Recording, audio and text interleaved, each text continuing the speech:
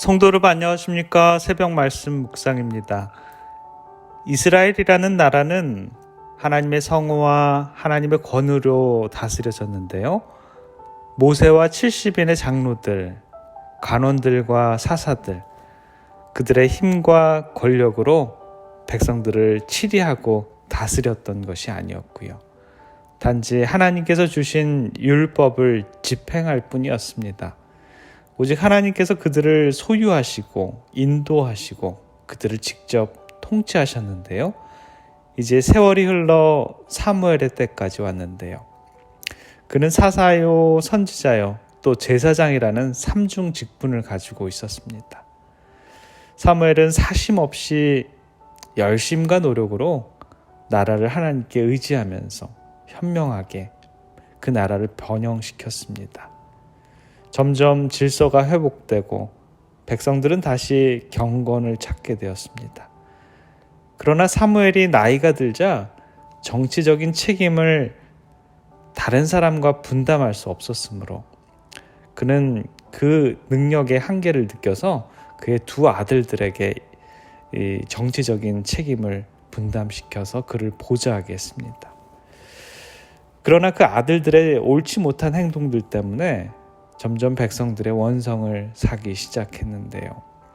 사무엘의 입장에서 보면 평생을 하나님의 일을 위해서 헌신하고 하나님의 백성들을 위해서 그들의 안녕과 번영 그리고 영적인 성숙을 위해 노력했는데 이러한 상황이 되고만이 마음이 편치 않았습니다.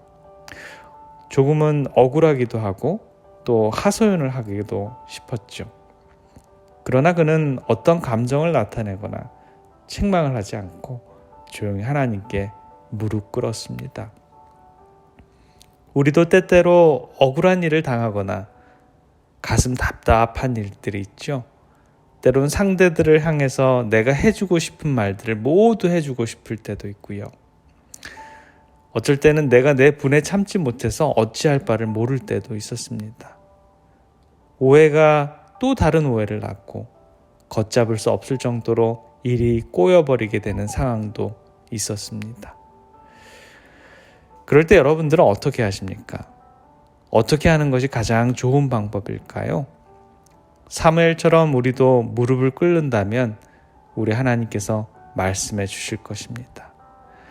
어쩌면 그러한 일들을 통해 하나님과 한 번 더 만날 수 있는 기회가 될 것입니다. 사무엘상 8장 7절과 8절에 하나님께서 말씀하십니다. 여호와께서 사무엘에게 이르시되 백성이 내게 한 말을 다 들으라. 그들이 너를 버림이 아니요 나를 버려 자기들의 왕이 되지 못하게 함이니라. 내가 그들을 애굽에서 인도하여 낸 날부터 오늘날까지 그들이 모든 행사로 나를 버리고 다른 신들을 섬긴같이 너에게도 그리하는도다. 백성들의 원성은 하나님을 이스라엘 백성들의 왕좌 자리에서 끌어내려서 하나님의 손에서 그들은 벗어나겠다라고 말하는 것이죠. 이스라엘 백성들의 원성이 하나님의 마음을 얼마나 힘들게 만들었을까요? 사무엘의 원한을 하나님께서 대신 져주시는 것입니다. 호세아는 이 상황을 이렇게 말씀합니다. 호세아서 13장 10절부터 11절에 있는 말씀입니다. 전에 내가 이르기를 내게 왕과 방백들을 주소서 하였느니라. 내 모든 성읍에서 너를 구원할 자 내 왕이 이제 어디 있으며 내 재판장들이 어디 있느냐. 내가 분노함으로 너에게 왕을 주고 진노함으로 패하였노라. 하나님께서 이스라엘 백성들에게 왕을 허락하신 것은 그것이 바로 하나님의 진노이고 이스라엘의 멸망이라는 것입니다.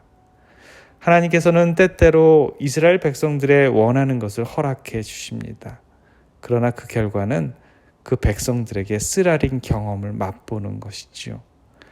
그러한 경험을 통해 결국은 그들의 어리석음을 깨닫고 결국에는 뉘우치고 잘못했구나 반성하고 그들의 죄를 회개하도록 하시는 것이지요.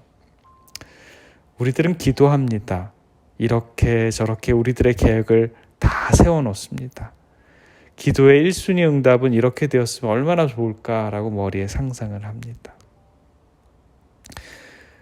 그래, 가장 좋은 응답은 아니라도 혹시 이 정도는 들어주지 않을까라고 상상을 하면서 가장 좋은 계획 뒤에 두 번째로 응답받고 싶어하는 계획도 세워놓습니다. 그러나 하나님의 계획과 인간의 계획은 다른 것이지요. 때때로 하나님의 길이 아닌 우리들의 욕망과 이 욕구대로 일이 진행되기도 합니다. 그러나 그럴지라도 우리의 교만과 지혜는 위험한 인내자임을 우리는 기억해야 합니다. 하나님의 뜻과 우리의 의지가 정반대일 경우에는 결국 우리에게 축복이 아닌 저주임을 기억해야 합니다. 왜 하나님께서는 지금까지 다른 열방처럼 왕을 허락해 주지 않으셨을까요?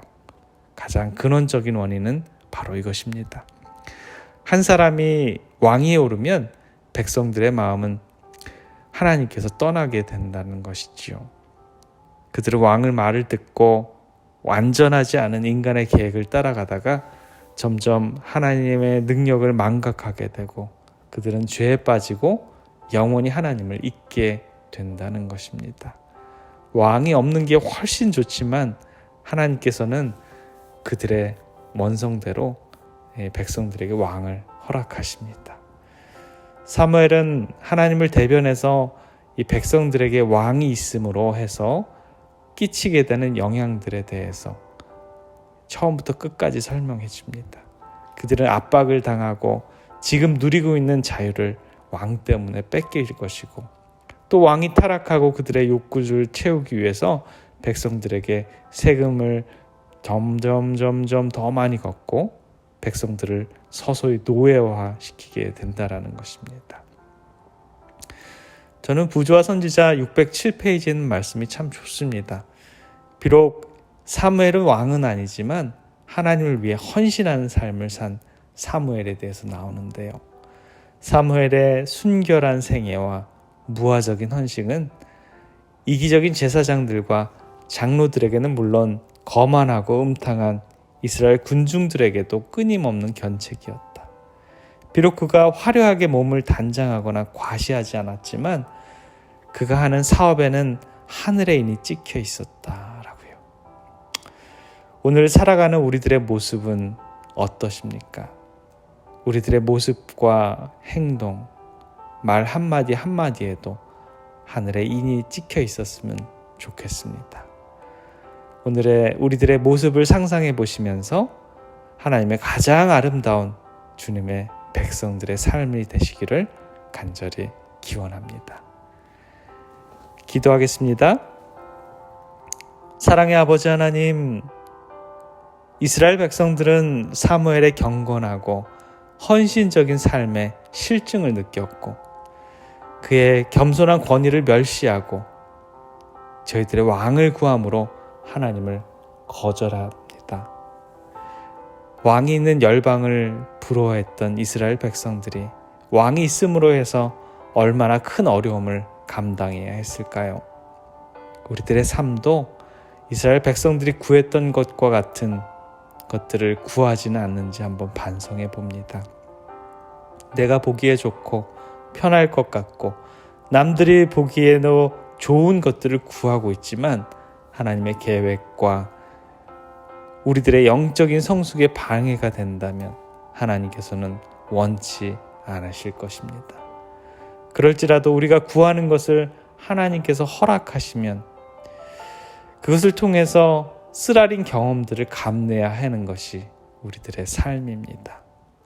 저희들도 사무엘처럼 순간순간 주님의 음성을 기다리게 해주시고 주의 사업에 헌신하는 주님의 귀한 백성들의 삶이 되어서 주님께서 허락하신 모든 복을 감당하는 우리 주님의 귀한 백성들 주님 축복해 주시옵소서. 사랑의 우리 구주 예수 그리스도의 이름으로 간절히 기도드립니다. 아멘.